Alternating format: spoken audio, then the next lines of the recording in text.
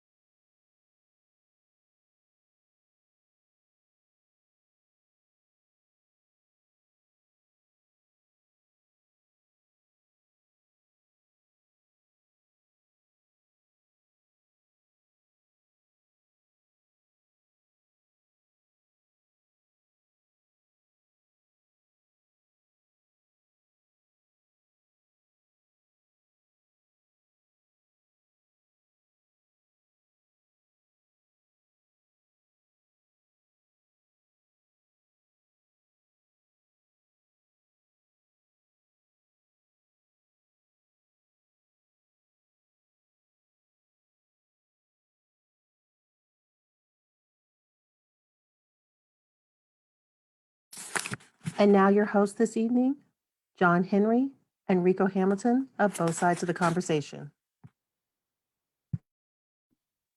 Hello, everyone. Welcome to another segment, amazing segment of Both Sides of the Conversation, Hitting Gems. We got some amazing folks this today. My brother John, he's making things happen. I just want to thank you. You know what I mean? Every time I come on to Hitting Gems, I'm feeling all fuzzy and stuff. So, I definitely want to thank my guy every time that we get on here because he's definitely a gem in the community. He's doing a lot of good work outside of the both sides of the conversation. So I just wanted to say that to you. I'm Rico Hamilton, co-founder of Both Sides of the Conversation.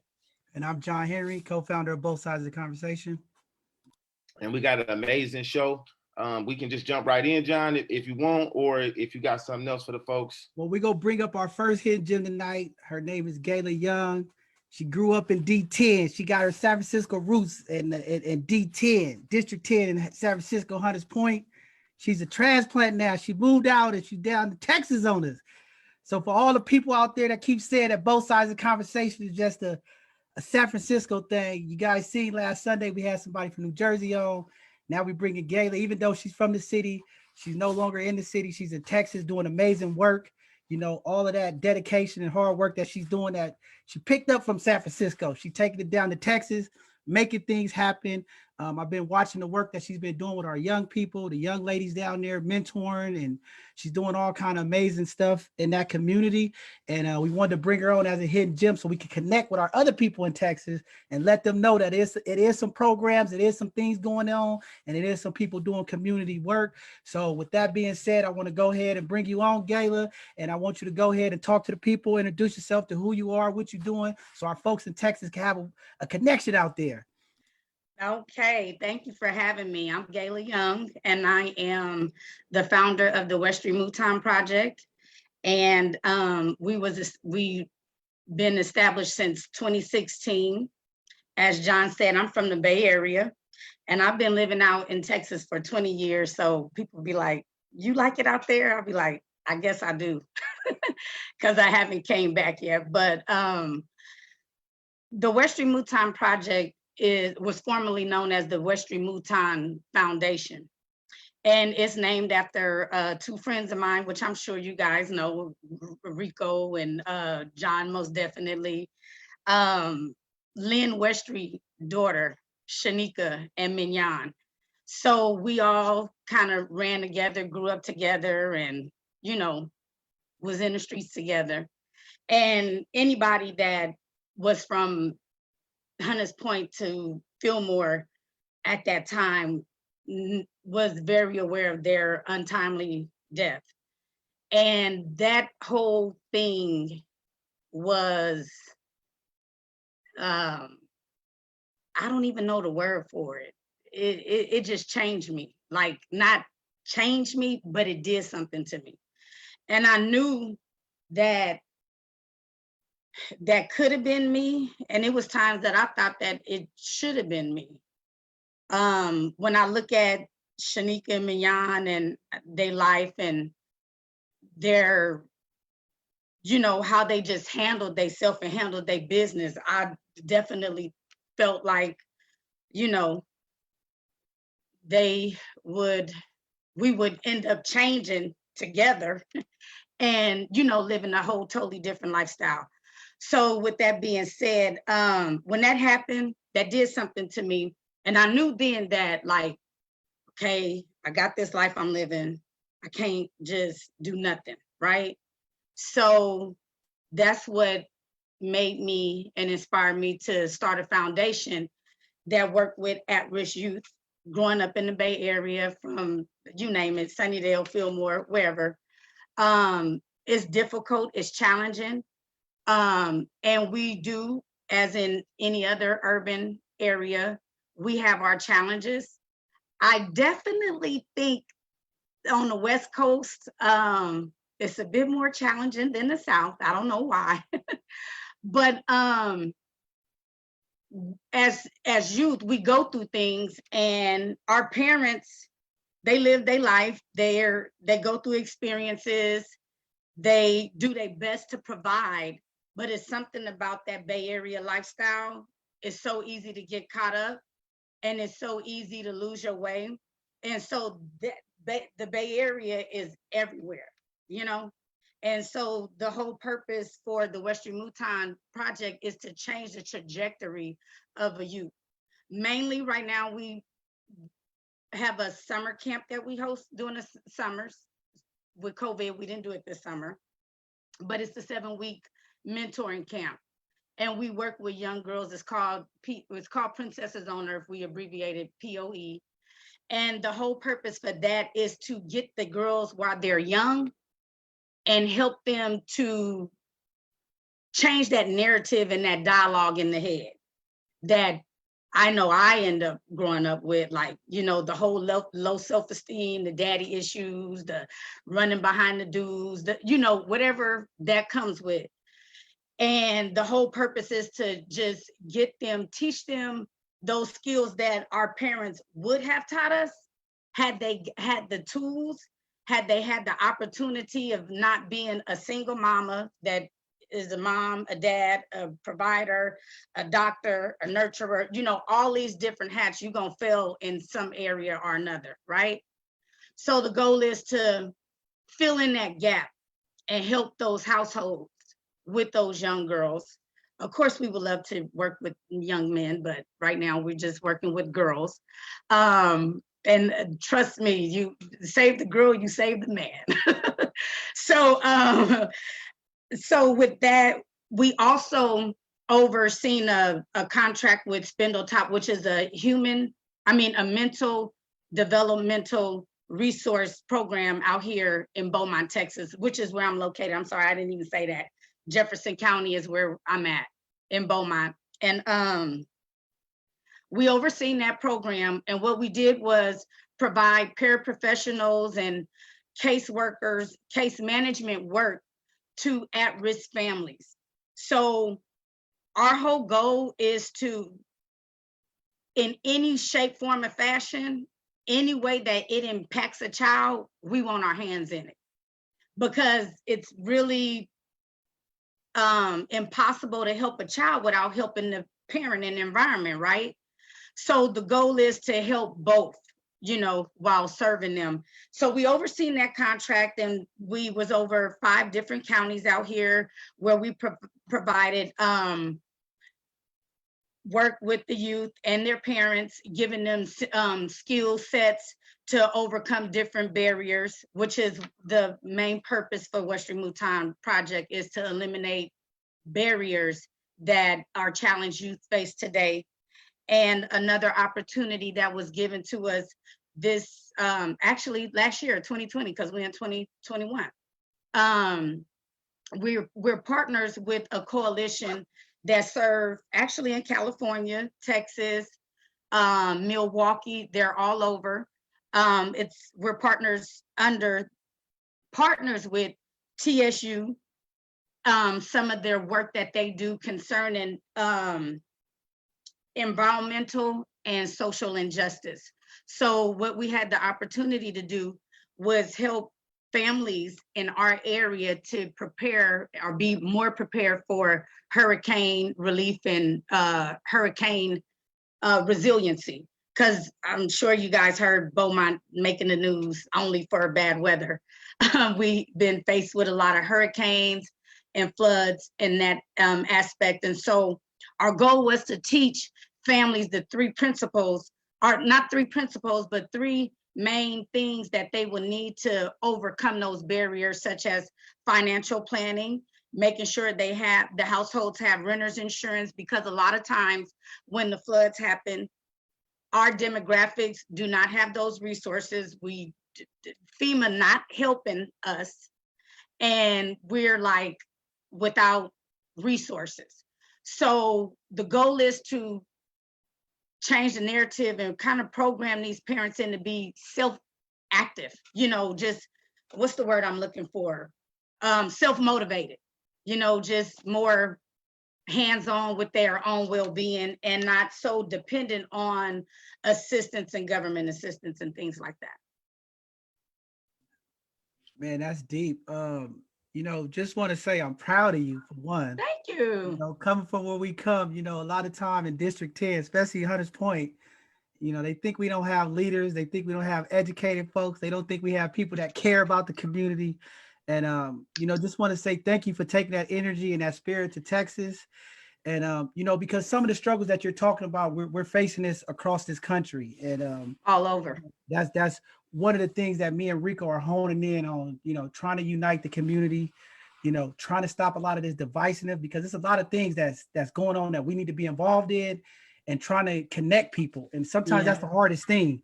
But what you're doing with these young girls is important because it's needed, as well as our young males. But what you guys doing is important because we need young ladies being raised and understanding the things that young ladies need to know. And I know like Rico Wife does this work with the young women, and we starting our women mentoring program. And I think it's very important because if we catch them young, yes, we can change this paradigm that's going on with our young girls and how they view themselves and how they treat themselves and how they treat others. Mm-hmm. We need queens leading our community. So just want to say I'm proud of you and thank you for doing what you do. I know it take a big heart. It's less reward for the things that go on for sometimes for the work that we do. They don't see the behind the scenes struggles, pains, and cries and tears, but we do it. And, we love you for that, because that's what it's all about, having a heart to give back. And it's not an easy task. A lot of people see this work we do and they just think, oh, you could pop up and do it. The biggest thing is consistency. And I've watched you over the years continue to love our children in the community, bless them spiritually, mentally, and physically, and make sure that they have the things they need to be equipped to go out here and be leaders and make a difference in our community. So just wanted to highlight you. And that's what we're trying to do is give the flowers to the people here. All you guys on here tonight, this is what this is about. There's too many times the leaders of our community, the people that's doing the work, we don't hear nothing about it until they resting in their casket, and everybody talk about all of the amazing things that they was doing while they was living. And we want to give our flowers to the people, our acknowledgement, our homage to the people now. Let them know, hey, we see you. We proud of you. We ain't got to wait for the local news to come tell you. As community, we're going to pat each other on the back and give us the support and energy that's needed to keep going. So Rico, you want to throw anything in there, Rico?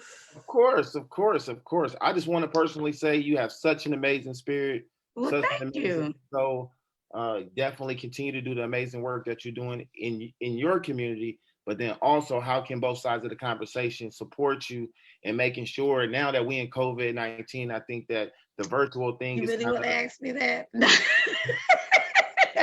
I can put some work in. Yeah. No, of course. So like this whole virtual thing is now the new norm. So whatever we can do to make sure that we can make that connection from all the way out there to all the way out here, I think that that's going to be amazing as we move forward. And we would love to support you. And we would definitely, we got your back. So off top, but I definitely want to know, as you spoke, I can feel your spirit and I can feel the genuineness in who you are. Just continue to doing the work. Thank you. I'm glad you asked that, because actually I do. No, but that was one of the challenges we faced with our summer camp this year. COVID hit, nobody, and a lot of the things we did was hands-on, but kids are still needing to be checked on, and, parents need to be checked on and given tools and guidance. And I'm glad you offered that, because we are actually trying to start back up, and we do need a virtual outlet. And I would love the support of you guys. Maybe this time we could get some guys in. Definitely, we have you. Anything that we could do for you, we tell all of our panelists here, all of our guests that's on our show, you are now part of the Both Sides of Conversation family. If there's any digital flyers, any informational things that need to go out, media kits or information that need to go out to the community, we are more than welcome to bring it on the air, put it in our group, put it on our page. That's the whole thing about Connected Unity. We know a lot of people are leaving California for financial reasons. The middle class is being pushed out of California, and a lot of people are heading to Texas, Atlanta, and across this country. And we want to be able to have these tools and resources to help people that's on the travel mode. So want to thank you again, Gayla. But before you go, can you please let people know how to reach you on your website or a phone number or email or Instagram? So if somebody's watching this later when we replay it and they miss it and they want to reach out to you, can you let them know how to get a hold of you? Sure. First, I want to say thanks for the Bay raising me. We got to give ourselves a pat on the back, sucker free is just all it is. And I say it all the time, like I'm here and I see the difference, but I feel the difference of who I am as an individual because of the things that I went through in the Bay Area, the fight, the ability to be victorious and overcome, and like you said, and just stick in it and be persistent. So shout out to San Francisco, my home. Hey, OG, I see you there. I know you're OG somewhere. But the website is WestryMoutonProject.com is the website you could reach us at. And then there is, because we did undergo, as I said before, a name change, but Westry_Mouton_project on Instagram. And if you was to do Westry_Mouton_foundation, you would always, you can also find us there. And then our number is 409-203-8737. Thank you very much. And if you could put that information also in the chats, we'll try to retrieve some of this information and get it to our group and on our thing. So if anybody's trying to reach out to you. So thank you again for coming on tonight. I appreciate you. I know there's a time difference, so thank you for giving up your time, but we wanted to highlight you. We wanted to let community know. Here's another one of our hidden gems, a powerful sister that's from our community, that moved away from our community, that's doing amazing things and being productive and blessing our young people with your presence and your energy and your spirit. Keep up the good work. Let us know if it's anything that we could do to help you. Any other conversations or anything you want to do, just reach out to us. We would love to have you back on as a guest or a panelist. You're more than welcome. Thank you again, Gayla Young. There you guys have it. Gayla Young. Thank you. In the work. Hidden gem tonight. All right, we're gonna move on to our next hidden gem. Rico, go ahead and bring our brothers up in here. Oh, off top. So our next hidden gem is someone that I've been knowing for a very, very long time. He has an amazing story on the transformation, how he went from one situation to another situation to now just doing some good stuff on his own business. He's doing some amazing stuff. And you know what I do, John? I don't like to tell nobody else's story. To me, it's more powerful when it comes from their own heart and the people can actually hear it from them. So I'm just gonna bring my brother on up, Charles Ryan. He been doing this stuff for a long time, man. Charles, can you just tell the folks what you got going on, what you're doing? Great, putting the 10 on 20. How everybody doing? Appreciate for the opportunity of being on here with y'all. I definitely be trying to watch as much as I can, but I get off work around 5:15. The traffic, it be killing me. So I appreciate the opportunity, and I was serious about being on tonight anyway. It's a lot of stuff going on that I definitely would like to speak on if we ever got the opportunity to talk about it. But my name is Charles Ryan, born and raised in San Francisco. And I always ask people if they was born in the city, what hospital they was born on. So I was born at Mount Zion Hospital. So I am from the city, born and raised on West Point. Man, extremely smart kid, very smart. What changed me from being the kid that wanted to be in school all the time to a real neighborhood hustler was the fact that as I was an honor roll student, I asked my pop to buy me some shoes. I was an 80s boy, you know, I was born in 69, so in 1980, Georgetown Hoyas was the team. All my partners had on some of them Nike Legends, and I definitely wanted some. Wasn't working because I was playing ball and doing all my chores and stuff at home, but I was handling my business as a son and a big brother. I asked my pop to buy me these shoes, and the cat told me to get a job and start hustling. My family is from the neighborhood, definitely during the crack era, so um, just keep it 100. As a teenage boy, listening to my pop, I did what I did. I jumped in, started from the ground, as I say, start from the dirt, you know, and put it together. And I was smart about flipping everything. It wasn't about spending instantly. All right, fast forward. Um, as a 19-year-old, did some business with a cat that I thought I knew. Cat ride me. Pop trained me well. Didn't tell nobody. Keep it 100. I shot the dude. Wasn't something that I wanted to do. It was just what I was trained to do. So as we get deeper into this story, I can explain what that was all about. You know, I ended up getting a 24-year sentence. I didn't kill him, but the cat got up there and testified in my prelim. So I was smart enough to take the deal. As a 19-year-old, all I wanted to do was come home. I was just doing what I was taught to do, and now I got to go to prison behind what I was taught to do by somebody I trusted with everything. So during my time in prison, the behavior of hustling didn't change. Definitely was the man inside the joint until my last 6 months. It just dawned on me. It was like, man, if I get caught, I might not never go home. Shut it down, walked the yard, did a lot of reflecting, understanding that I've been in this plantation for 16 years, 8 months when it's time for me to go home. And I was earning pennies on a dollar for hard labor that I was performing on the inside. So I made it a point to myself that when I came home, I wasn't going back to the neighborhood. I stopped off at 111 Taylor, never spent time in the L's, none in my life. Born and raised in the city, but never played in the L's. So I went to 111 Taylor, and as I was on the fifth floor, my window was right there by Taylor and Turk. And I was seeing all the craziness that was going outside my window. And I told myself, said, man, I used to participate in this stuff. It's time to shut it down. Did some job training. Instantly went out and found some work with a temp agency. They weren't paying me enough. So, you know, the hustler that I am, went looking for another job. Within my first 2 months of coming home, I had two jobs. And the job that I picked up secondly was a power washing job. Didn't know nothing about no power washing, but I was good at cleaning up. I was good at, you know, I was trained well by my grandparents. My parents was on point. You know, they ain't have all the answers and they ain't do everything right, but I understood what was going on, smart enough to figure it out. Got real good at the power washing, and end up seeing that they was making a lot of money off my labor.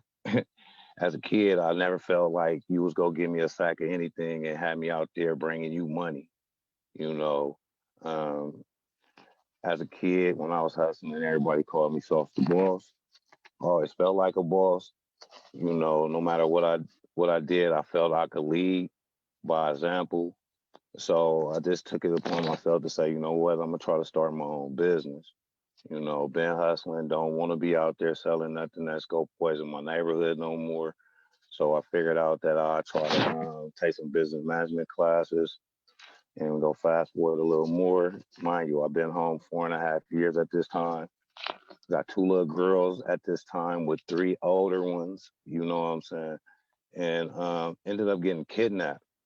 And I say I was kidnapped because being generous, giving a young cat a ride who knew my little cousin, had no problem with it. But when I stopped at the gas station, the youngster offered to fill my tank up for $20. Old behavior, you know what I'm saying? Not want to knock his hustle, told him it was cool. He tried to use the card, it didn't work.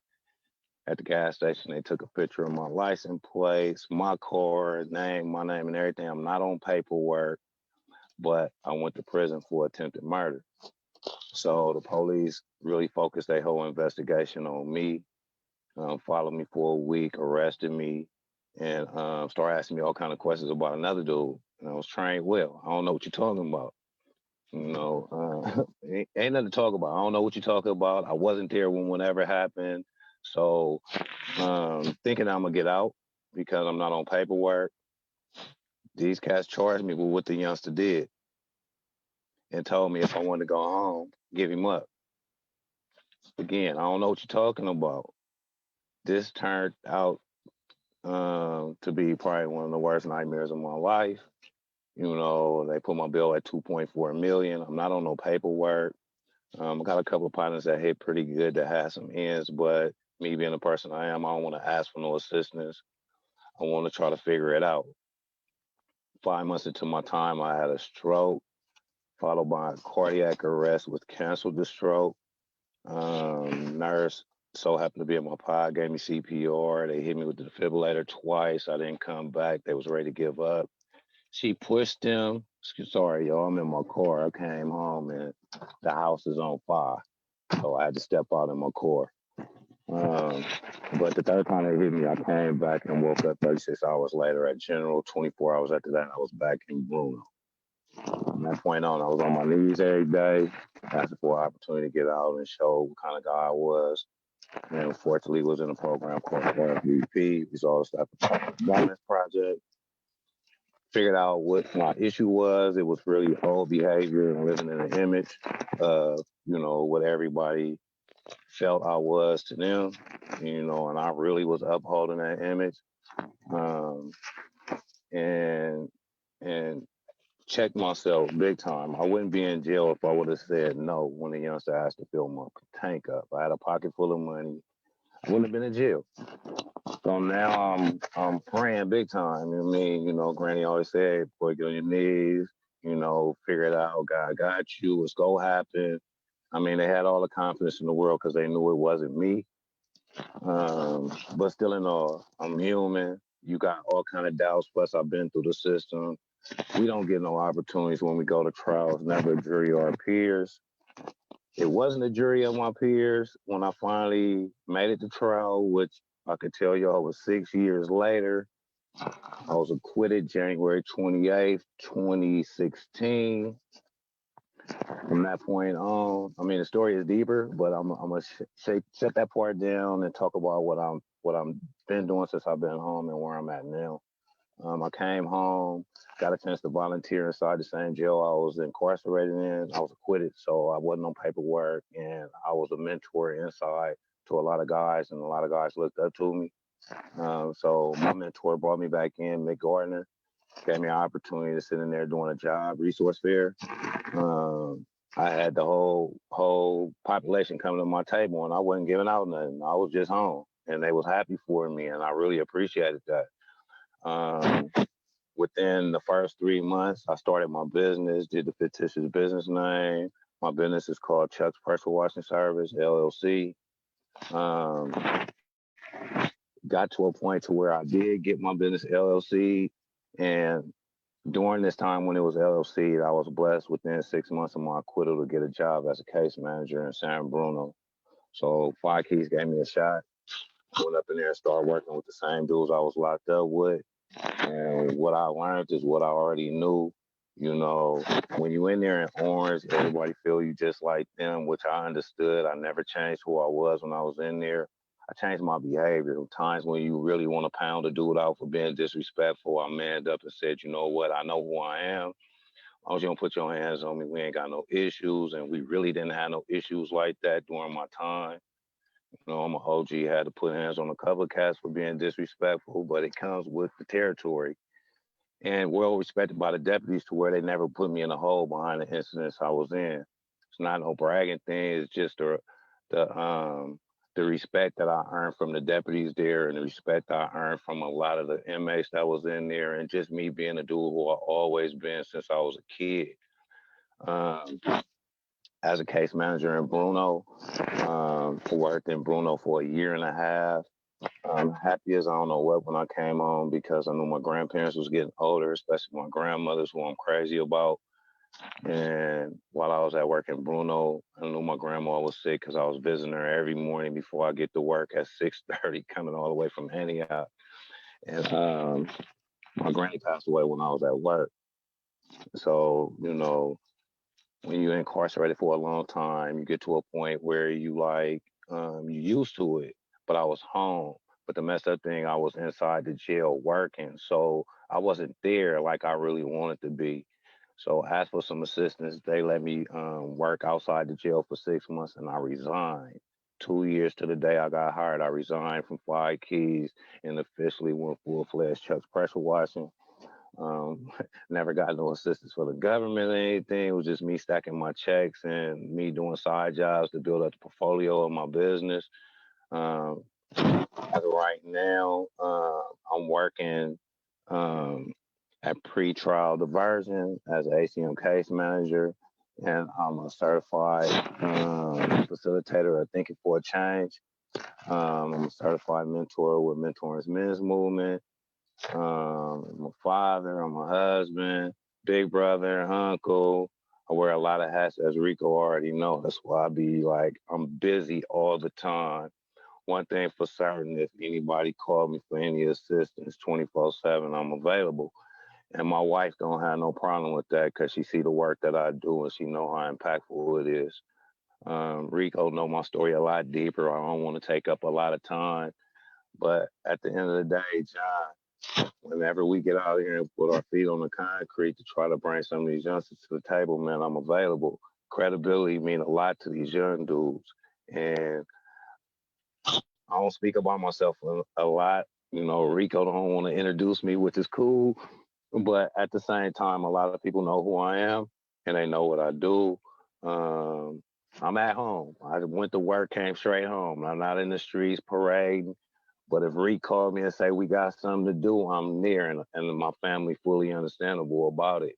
And I'm very blessed as far as being an individual from the city, as Rico know and will say, able to go anywhere in the city. And it's very rare with the individuals in my age group. A lot of dudes and did a lot of dirt, whether they wanted to or not. They running from situations like this when it's important to help some of these youngsters. And I ain't running. I'm willing to die for my change. And Rika know how I feel about that. And my whole family know I love them. If I died today, I did exactly what I told everybody I was going to do. And I'm doing everything that I want to do. So I'm actually happy. I'm happy. I'm blessed. I'm fascinated about the opportunity to holler at my boy John. I mean, we ain't sat down and talked, but I mean, I'm paying attention to Jay. You know what I'm saying? Mentorship is good. I'm all for it. I got 4 mentors. I call them the 4 horsemen. Any one of them I need at any given time, I could call them just as well as my mentees could call me. I'm available. And that's just the way I'm going to walk it for the rest of my life. Man, that's deep. That's powerful. It's so much to just digest there. But you made some powerful points that you hit on. I've been following you, Charles. I know what's up. We got to connect. First, I just want to say thank you for supporting us. I see you in the group chats. I see you, doing your thing with us. And I appreciate that. Right. And that's one thing about this Hidden Gem show. It's not about where you at. It's about where you're going. Right. But we also, with this platform, is trying to tell our story. See, because a lot of times society don't understand. It is people who change. It is people who can't get it right. Sometimes it's not now. Sometimes it's not in the moment, but it might be down the future. So we have to have hope. Same with our young people, right? And I think you hit on something key, Charles. And I want to really put this out there because me and Rico is big about our young people. We understand the struggles that we're dealing in our city and across the nation. It's not just this violent issue that we are having in our communities is impacting America. It's not just San Francisco. But what you said was powerful, is trained behavior. And we have to get the adults of the community and law enforcement to understand that trained behavior can be untrained if we give the opportunity. We have to be able to untrain some of the things that we was taught, but we have to have people, like you said, that's validated, who's consistent, and who is respected. Walk it like See, you what talk it, happens man. typically in our community is we have a lot of poverty pimps. They come in the community, they pimp our young people, they pimp the community, they come in and fill their pockets, they talk about the work they're doing, they talking about how they impact, and the results is not there. So we get people like you, individuals who has the experience. See, your story is touching and resonate with somebody out there. Young people, listen up. Young adults, 18 to 35, that's going through the situation. It is a way, it is hope. But one thing that I didn't hear from Charles was excuses. Nah. It was accountability. See, what I got out of the Yeah. conversation was accountability. I should have took the gas, but the culture that we bring up, we was brought up in, we understand the rules of engagement. Even though it sucked, I did what I had to do. Straight up. But even through the turmoil, I still made it out. And that's what we got to put to our young people. Even when things ain't going right, when you make the bad mistakes, if you have Own it. faith, if you have support, and this is why community support and community unity is so important. And that's why me and Rico so big on accountability. And we so big on making sure we hold these poverty pimps accountable and we call them out. Because that's the difference between a kid or a young person succeeding versus not. We together as a unit. So I just want to say thank you, my brother. I've been watching. We're going to have more conversations.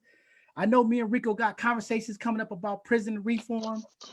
We got our district attorney coming on, because these issues that you're talking about, we got to find out a way. We got to figure out. We know the bail's bond thing, the bail pay cap bill didn't pass. There's still politics behind it. But again, we want to call these people out and have real conversation and hold people accountable. See, because there's so many games being played with the people in our community. We ain't just a number. We ain't just the kid that's just doing it because this is what we want to do. Sometimes Exactly. we are misled. Sometimes we are misguided. And I by think the person that you trust the most, my pop. right. And whether it's education is education. If we getting educated on the bad realm, we got to be educated on the good realm. And that's what we about here at both sides of the conversation, educating people, informing people, and trying to make sure we get them the resources and the help that's needed, because it is a way. But out of all of this, your mentality, see, Herman mentality can push through on a lot of things. He said, I'm a boss, so I'm gonna run my own business. Entrepreneurship is what we gotta teach our kids. Yes, we gotta push college, because college is very important. And I think that's something that all of our children should have an opportunity to experience. But again, where we come from, everybody is not gonna be college bound. So how do we direct the community to look at other alternatives like entrepreneurship, trade school? You know, and you said something key. We got to tap into the youngsters, but the only way you can tap into them is we got to listen.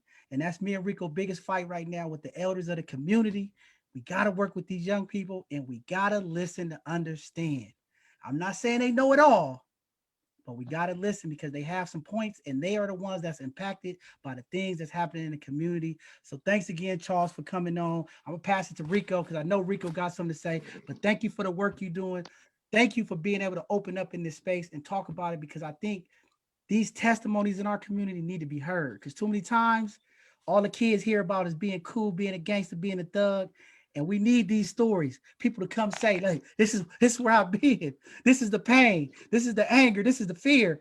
But through all of this, we still get here to the finish line. So, man, congratulations, brother. Keep doing. I'm looking forward to working with you in the future. We got some things coming.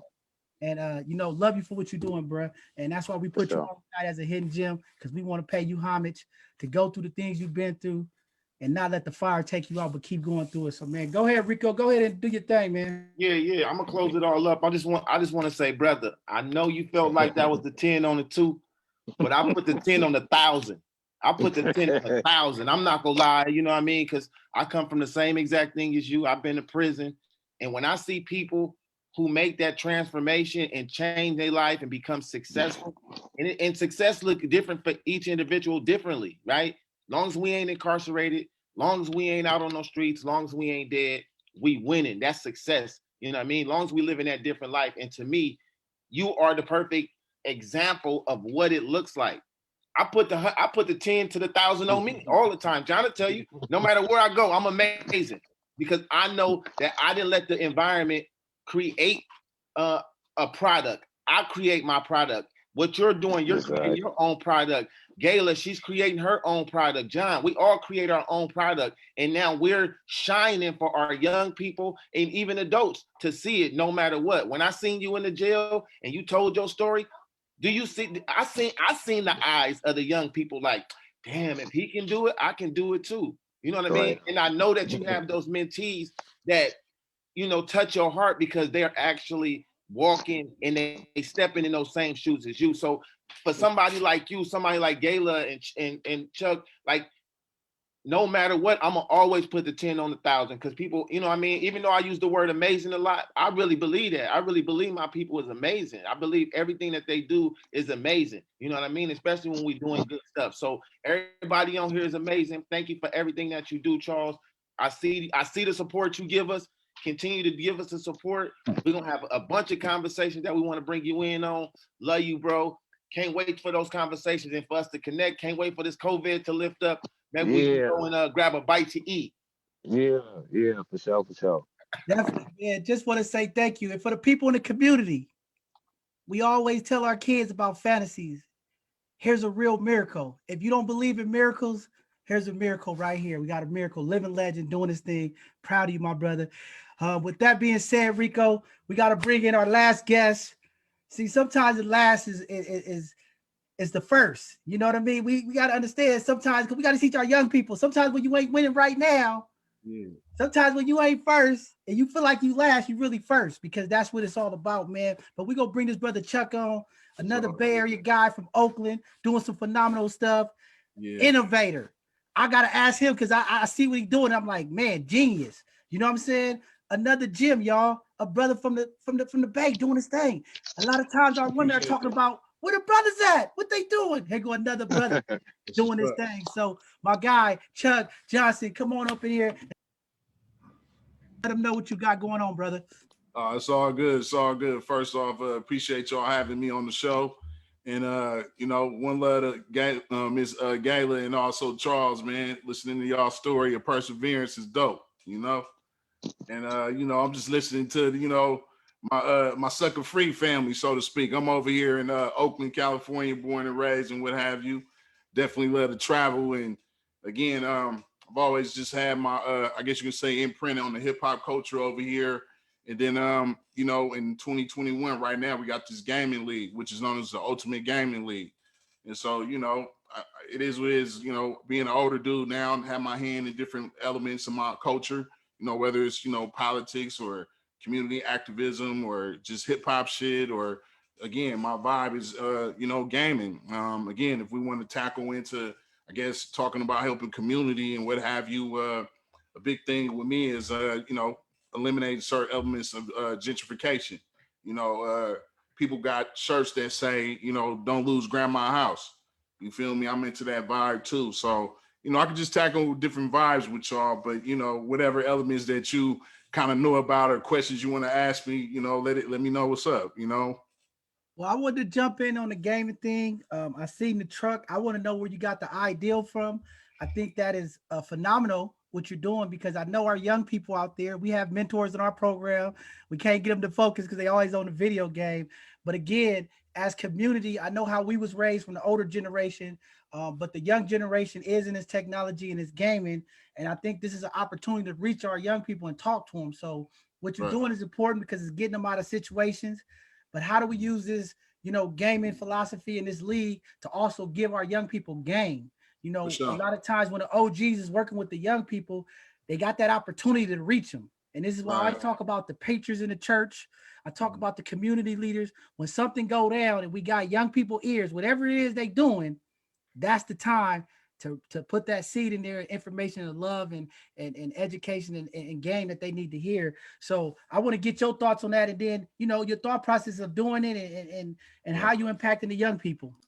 Well, I mean, keep it a G with you, man. You know, we come from real hip hop shit, so to speak.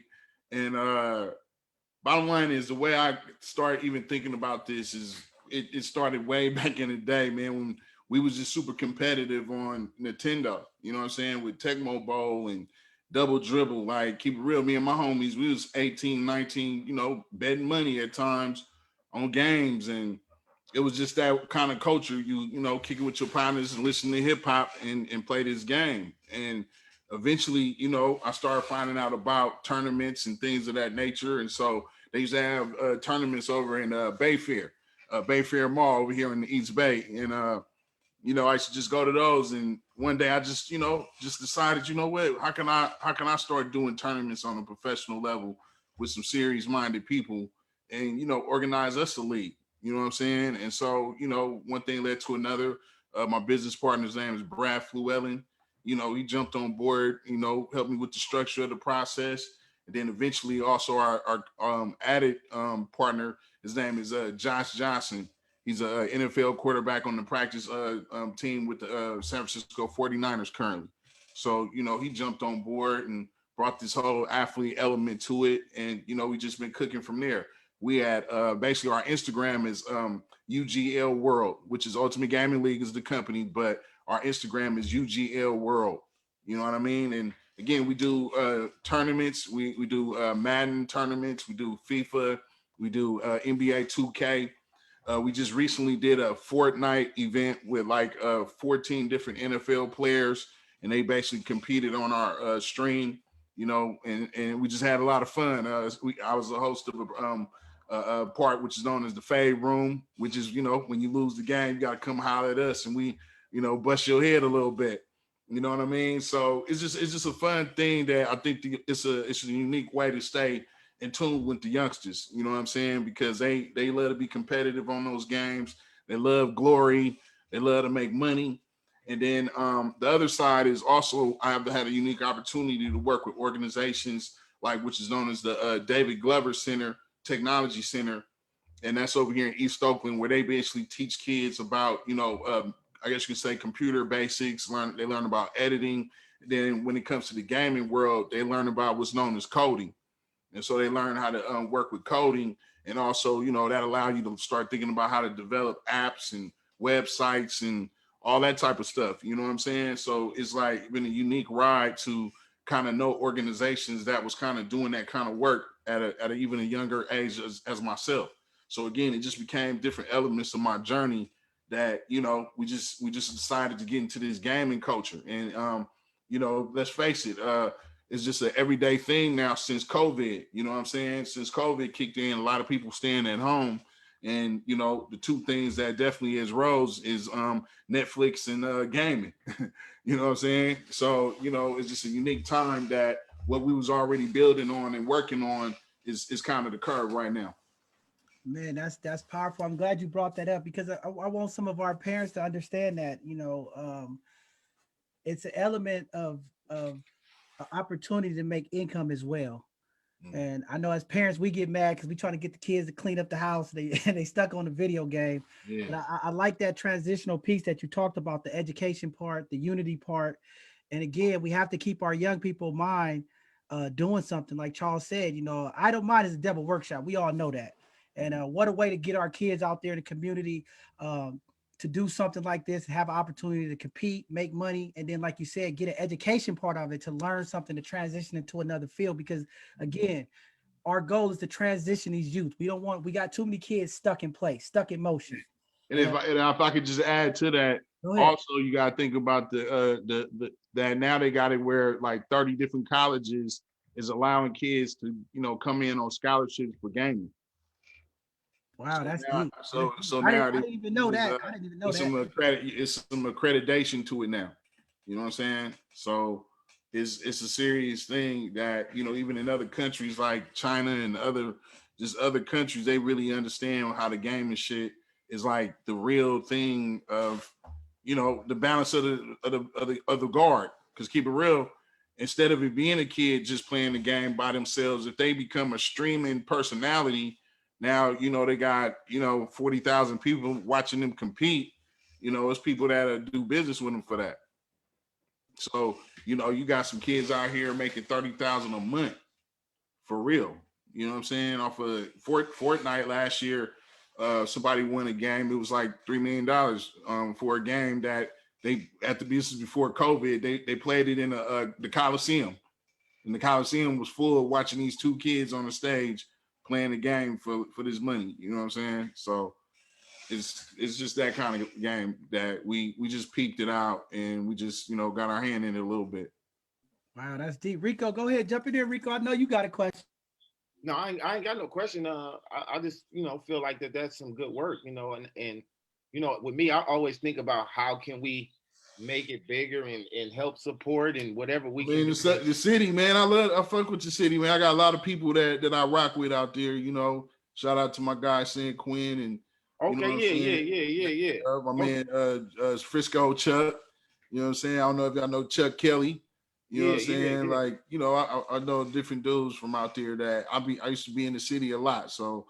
You know, I know a lot about the city, and I blend in. I keep it real. My other life was I used to do a host of a hip hop video show, and so at one point I did a hip hop video show called On One TV. Shout out to my man John Burnett. Me and him partnered over there in San Francisco on community channel. Was it 29? Yeah. Cable 29. CMC. Yeah. So we was on 29 doing this show called On One. Okay, shout out to Costa. You know what I'm saying? She showed it. She said On One. So yeah, we had this show called On One TV, and you know, again, you know, we had Fat Joe on there, JT, you know, just a lot of different people just rocked on our hip hop show. So you know, I just love the hip hop culture. But again, I was feeling everybody's vibe on the community, and you know, I can talk to y'all on that, but definitely. You know, people know me for being in this hip hop shit too, and I'm just grateful that you know people reach out to me and want to hear our story still. I think Charles got something he want to ask. Go ahead, Charles. Go ahead, Charles. My question was gonna be super deep, but I'm gonna ask it anyway. So, I mean, Rico know I work with the guys on the inside, and a lot of them are youngsters. I'm talking about between 18 and 35, as we say that demographic, right? A lot of these dudes, when I came home in '05, was sitting on the couch playing a lot of these video games, shooting, and learning how to play these video games when it was a lot of shooting going on in these video games. And when I was inside, I kept on thinking to myself, I was like, I'm wondering if these video games are really, I mean, especially the ones like Grand Theft Auto. I don't know much about them because I don't know how to work the joysticks. I'm an Atari kid, so I never got into it.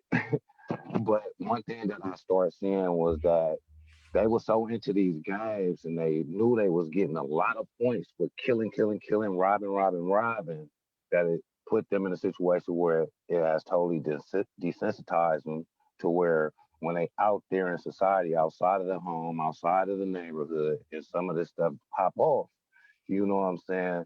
And they ended up getting caught for it. And when they sit in the county jail like I was with them and hearing some of these stories, got a lot of babies in the county jail that they got played out by some of these video games. I, you know, it's my opinion. I totally agree that the games desensitize some of these dudes. You know what I mean? Yeah. I I'm think not knocking them. I'm not knocking them, but I mean, I feel. I mean, we're not knocking them, but we got to keep it real. Just being some older dudes that really understand the culture and the change of how much they really rather shoot versus we could have fight it. I'm hella big. I couldn't take an ass whooping, but you know, we want to fight again. You know what I'm saying? That's just how we knew how to grow up. You know what I'm saying? Our generation. Yeah, but right now they ain't taking no L.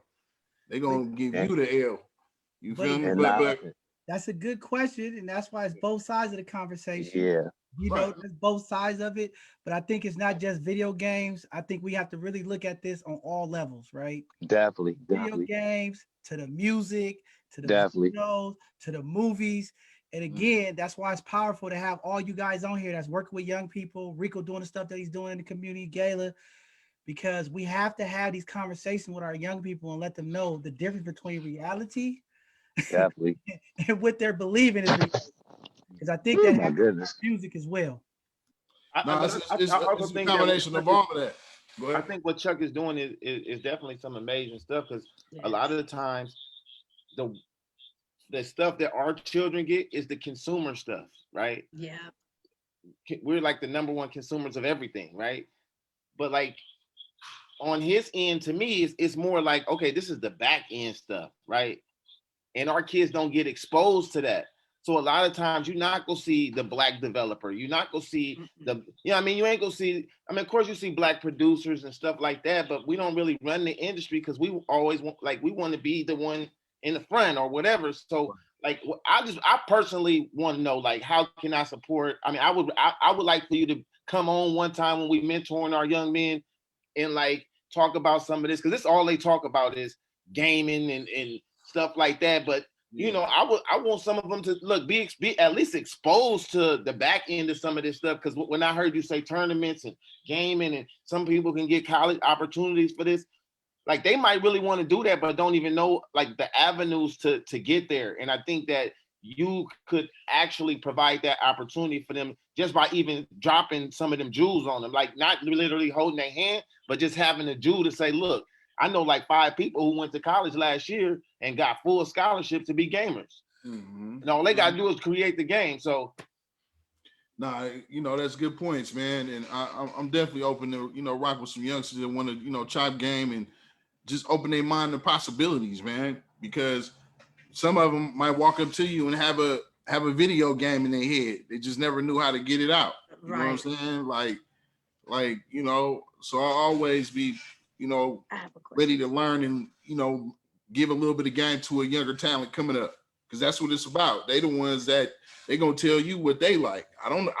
You an expert at being a youngster, not me, not no more. You know, I like to still be a part of the culture and affect and, you know, trends or whatever the vibes, but I respect that it's the youngster moment. You know, you just gotta help them not have so many distractions at sometimes, because the culture is what it is right now. It's about fast money and, you know, being active in the streets and, you know, but, you know, you gotta just kind of show them a path that is going to make some bread for them, bottom line. And I think a lot of dudes has been learning to not just be playing the video game all night, but learning how to get into the culture of streaming. That's what it is. Like, it's fools like they be on Facebook Live, just be youngsters. They be on camera showing their personalities while playing the game, and people be watching that shit and sending them money. You know what I'm saying? It's just about knowing that rhythm of how to get involved with that type of vibe. You know, I'm still learning, you know, keep it real, but I got a great team around me, and, you know, we just got a dope situation we've been working on for years now. We didn't just happen overnight. We've been on the low, you know, working with the right people, just continuing to grow. And, you know, we about to, you know, do a lot of stuff in 2021. You know what I mean? So they say it takes 10 years to be an overnight success. Is that true? For sure. For sure. Shit, it might take 20, man. It might take 20. Because you gotta remember, it just started being kind of young money. Remember, the OGs used to be really OGs with the money. You know what I'm saying? Yeah. Now it's the, you know, Silicon Valley youngster who was, you know, on this shit 15 years ago. And now they just got a lot of money. You know what I mean? So that's how it go. But it's, like I said, it's a good moment right now. We had a good moment in the time that, you know, unfortunately we're sitting in the house, but, you know, we started thinking about how to be more aggressive in the house. Go ahead, Gayle. I had a question. I'm sorry. I'm trying to see where I could raise my hand, and I don't even. Go ahead. That's okay. Go ahead. So I want to commend both of you guys. Charles, amazing story. God bless you. God had his hand on you the whole time. I just, that's amazing that you even out to tell this story. And like you remind me of a modern day, what is his name? Joseph in the Bible, when his brother sold him out. But question, because I consider myself old school mama. I just look young, but I'm an old school mama. I believe in the take your butt outside and quit running in and out of my house and go run your energy off, because all that, you know, gets to me. But my children, I must say, I guard them from video games. Not that I don't allow them to be on them, but I do. What you playing? What is that? Is that a learning game? Is that a Bible game? You know, I'm so busy trying to, because I can't shut them off from society. That's where we at with it, with modern day, you know, society. So being a parent and trying to find that balance where I can expose them to things that is productive. And being a parent and hearing like this whole stream, like I feel totally different because I've had like my son, I do snatch up like, hey, what you been on? And what game is this? And I'm deleting. You need 5 games max. 2 gotta be a Bible game. This gotta be a learning game, stuff like that. So how would I expose my kids to this? Because I'm all right with that. I totally agree with Charles about the shooting. Look, I appreciate your real interest, man. That's dope, man. We found a new supporter, man. We appreciate that. And the best thing, because look, all right, let's realize, don't get it twisted. It needs moderation. Right. He does need moderation. People need moderation. They do in everything. Need to be thinking about school in the morning versus 5 hours on the game. Like that might not be cool on the school night. I don't know. I'm not trying to salt none of my young partners right now, but the bottom line is that it should be a balance between knowing it's sometimes pleasure and then me just learning that it's definitely a gaming business. It's a culture. It's a way that you can really participate in the technology, and if you get good enough to understand how they play the game good and understand the business model, you can monetize what they know how to do. Especially if they're really good. I like how you guys just snatched that back for us. Like Rico had a good point. We are consumers. Grand Theft Auto, it's another game, Fortnite and all of this stuff. Yeah, and what is it? Fortnite. Yeah, whatever that is. Yeah. But how you guys just took that back and really made it positive for our children. You know what I'm saying? Like, and change that narrative, because we all, when the video games is played, the end result is that you see probably us on the news. But we're not pushing that out. Or even the reality is the give and take on the real about keeping real. Moms used to just give me good video games because that was the way to keep me in the room while they was doing their thing on some OG shit, right? Yeah. Versus it is what it is. I got really so in tune with the game and started being competitive that, it just became something, a part of my life that allowed me not to always just hit the block. It just became the thing that became my kick. And eventually, I was fortunate to figure out a way to create a business with playing this game so many times. You know what I'm saying? So I don't think I'm the only person that can do that. I feel like, youngsters can find different angles. Like a youngster might find a video game to create. Because just on the side note, man, I'm mad because I don't remember the OG name, but it's an OG. You was talking about a black developer. Like it's an OG that was the one that revolutionized the cartridge that people put inside the game. Like he the one that actually created it, a black man. So black men being already like impacting, the video game world in different ways. You know what I'm saying? So it's just different stories that we learn in our journey that we feel like we got to just talk to the youngsters about so they can, be inspired by maybe. And I'm glad you brought that up because it's leading to what I talked about earlier: education. As we get close to Black History Month, we have to stop telling our young people that Black History is the only month we need to learn about our Black folks. There's a lot of Black inventors. There's a lot of Black developers. There's a lot of Black people behind the scenes doing some amazing, phenomenal things that has impacted not only the Black community, but community at large across this country, and they don't get the recognition and they don't get the information. And I think if these are the stories and the people that we teach our young people so that they can understand it's possible and they can do it, we will evoke change so fast. Because again, me and Rico, we deal with these meetings, and I'm glad you came on, Chuck, because tonight you helped me. See, every day this is what both sides of the conversation do, and give you perspective. Because Rico know when we in our mentoring group, I'm like, the hell with these games. That don't no man play no game. I'm teaching these kids, don't no man play no game. Boys play games, right? But again, when you bring me back around to understand, and what you're talking about, and we're going to bring some people on here in the future on our Educational Thursday to talk about branding when you're talking about this streaming. We have to teach our young people when they have innovative ideals, how to brand, how to market, how to come up with the tools to actually take the invention somewhere else, because they don't understand that process. So I'm reaching out to some people right now because I want to teach these young people about patents when they have ideals. Right. Hey, you can have an ideal, make a patent, and you don't even have to fulfill it.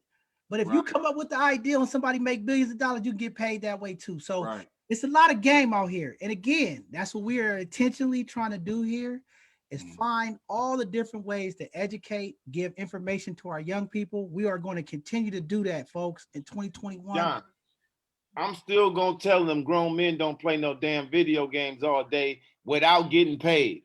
Okay, Oh, that's real. we gotta add that to it without getting Keep it paid. 100. Hey, we got Right. That's real deal. That's real deal. Holyfield right there. because You can't you just know, be I at got home and not have nothing going. You know what I'm saying? I got two boys, and you know I got a 16-year-old and a 13-year-old, and you know they addicted to the game, and I took it away. But they got to know it's a time and a place, and Right, then so I they took good. it from them. I said we ain't Yeah. playing this no more, and then we all sat down and they wanted to stream. So I invested in them. I said, you know what? I believe y'all can do it. So let me invest in what you're trying to do with this. But you ain't just gonna sit in the house and play a video game. No. So Nah, I that bought ain't cameras. I paid like what? That stuff cost. Oh, it's a lot of money. We ain't gonna even go into all that, but it's a lot of money to get the double.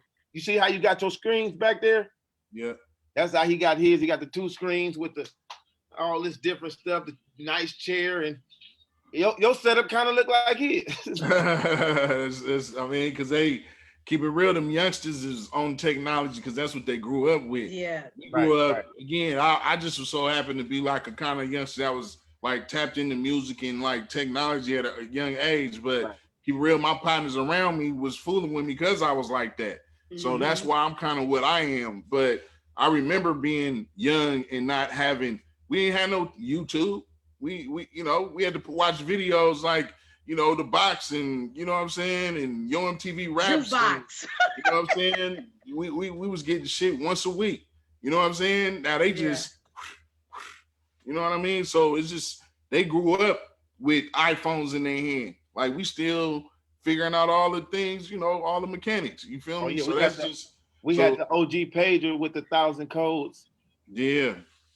So they growing up with this technology and it's like secondhand. It's just like you said, it just can't be a waste of time the whole time while you're around that technology. You gotta utilize it. That's what I did. Because keep it real, it was just the homies. We used to just play the game on some competitive. You know what I'm saying?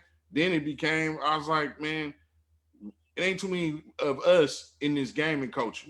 Is everybody else that's in this? We ain't in it. Like, but it's a few companies out there in it, but it ain't like a common thing. It ain't a common knowledge. This thing is a 54 billion a year thing. You know what I'm saying? That's business that we don't even Tap we don't into. know Tap that's into. partaking. You know what I'm saying? Yeah, definitely. I think, and I think this can help. This is just open up a lot of ideas for me, bringing some of this street violence and gang stuff. Maybe we can have competition against different neighborhoods in a positive way. I mean, there's a lot of things that we could do and talk about, and definitely I want to reach out to you, Chuck. I got ideas and stuff that I'm thinking about. But shout out to Rico for saying that, because I know Rico's big in investing to his kids and stuff. And we need parents like that. And I've seen some people in the chat talking about playing games with the kids is a start to a whole new conversation with children. And I agree. Anything that we could do as elders or adults in the community that we could get our young people to sit down and listen to us, we need to take that opportunity to have that real conversation. And if it's having a real conversation while they playing video games, and that's the interaction, too many times our adults are dissing themselves for the young people, and they out here left to figure it out on their own. And we got to do better. It's no. I want to say this for the women. Don't let us use that as a babysitting tool, though. Just keep the kid occupied so you don't have to deal with the child. That's not what that's for. Like you said, open up a means to talk, but not a means to not parent and be involved and watch over your child. I don't know about out there, but out here we have a big old problem with children they suffering with diabetes because the lack of activities that they're utilizing. Back in the day when we wanted to talk to each other, we had to get on the bike, walk to the house. We didn't have phones, we didn't text and all of that. Now our children, and out here, they don't have recess in schools.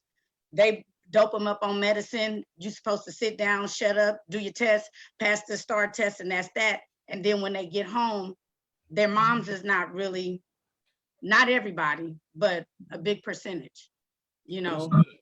Definitely. Absolutely.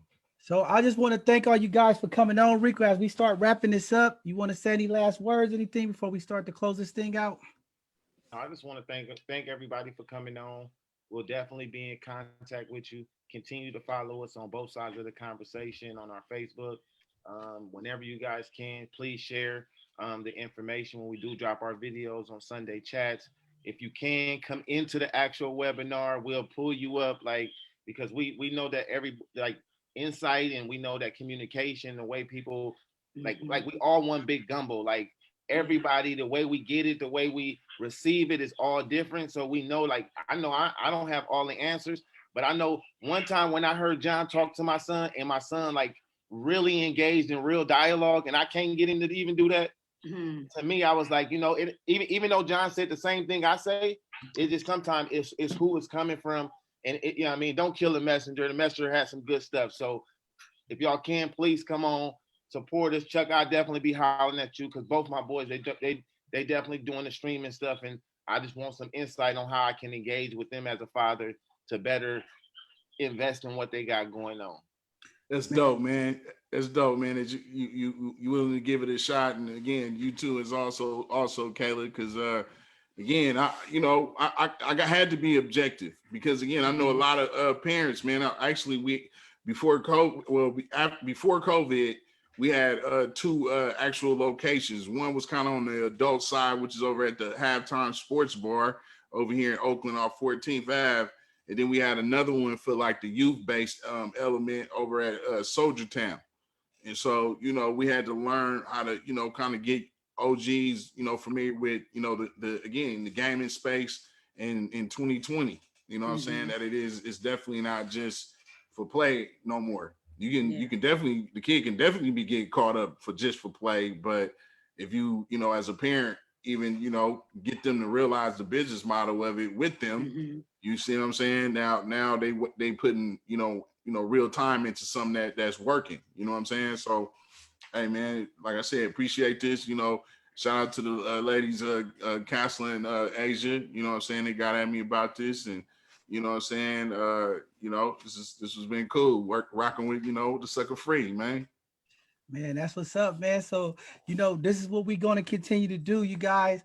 We letting the public know. We letting the public know things is happening here at both sides of the conversation.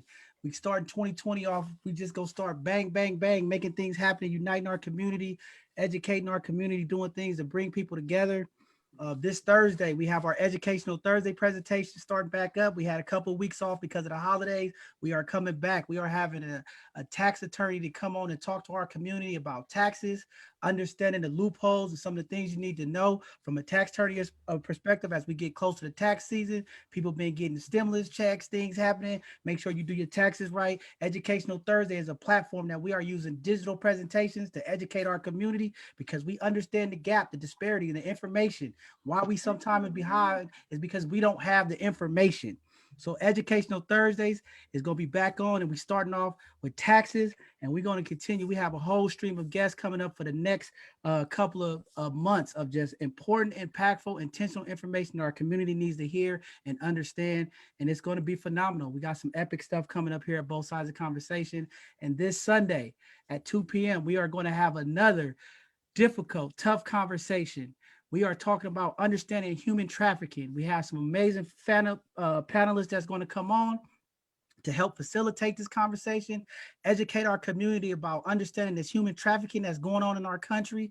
It's not just here in the Bay Area, it's happening all across this country, and our young girls are being snatched off the street, and it's a big billion-dollar business. And as community, we need to know what to look out for, how to engage, how to get involved.